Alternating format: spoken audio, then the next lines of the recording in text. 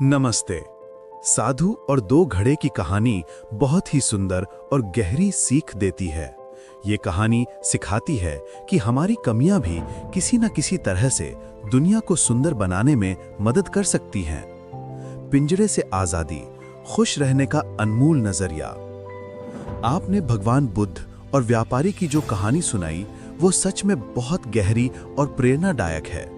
ये हमें सिखाती है कि हम अनजाने में ही अतीत के बोझ को ढोते रहते हैं। इसी सीख को एक नए और यादगार रूप में प्रस्तुत करते हुए मैं आपको एक कहानी सुनाता हूं, जो जीवन की भागदौड़ में फंसे आज के इंसान के लिए एक नया नजरिया खोलेगी। ये कहानी भी हमें बताती है कि सच्ची खुशी हमारी परिस्थितियों में नहीं, बल्कि उन पर हमारे नजरिया यानी पर्सपेक्टिव में होती है।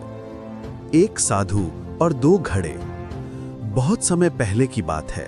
एक गांव में एक वृद्ध और ज्ञानी साधु रहते थे। उनका काम था नदी से रोज पानी लाकर आश्रम के पौधों को सींचना।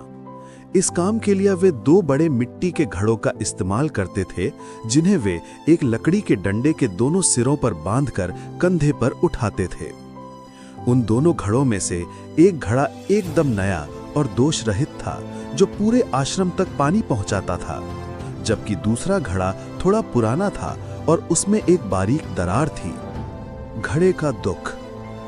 2 साल तक साधु रोज पानी लाते रहे। पूरे रास्ते फटा हुआ घड़ा लज्जित महसूस करता था। वो जानता था कि वो सिर्फ आधा ही पानी पहुंचा पाता है, जबकि उसका साथी घड़ा अपनी जिम्मेदारी पूरी तरह निभाता है। एक दिन नदी से लौटते समय दरार वाले घड़े से रहा नहीं गया और उसने दुखी मन से साधु से कहा, गुरुदेव, मैं शर्मिंदा हूं। मेरे कारण आपको व्यर्थ में मेहनत करनी पड़ती है। मेरी दरार की वजह से रास्ते में ही आधा पानी बह जाता है और मैं अपनी उपयोगिता सिद्ध नहीं कर पाता। साधु का अनमोल रहस्य।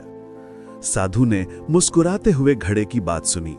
उन्होंने प्रेम से कहा, तुम कितने भोले हो। क्या तुमने कभी अपने रास्ते को ध्यान से देखा है?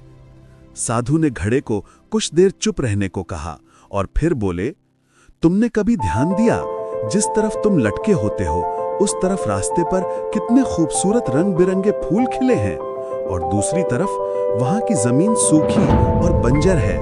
ऐसा इसलिए मेरे प्रिय, क्योंकि मुझे तुम्हारी दरार के बारे में पहले से पता था। साधु ने आगे कहा, मैंने जानबूझकर तुम्हारे रास्ते में फूलों के बीज बोए, और रोज जब हम वापस आते थे तो तुम अपनी दरार से पानी की बूंदें गिराकर उन्हें सींचते रहे। अगर तुम में वो दरार ना हो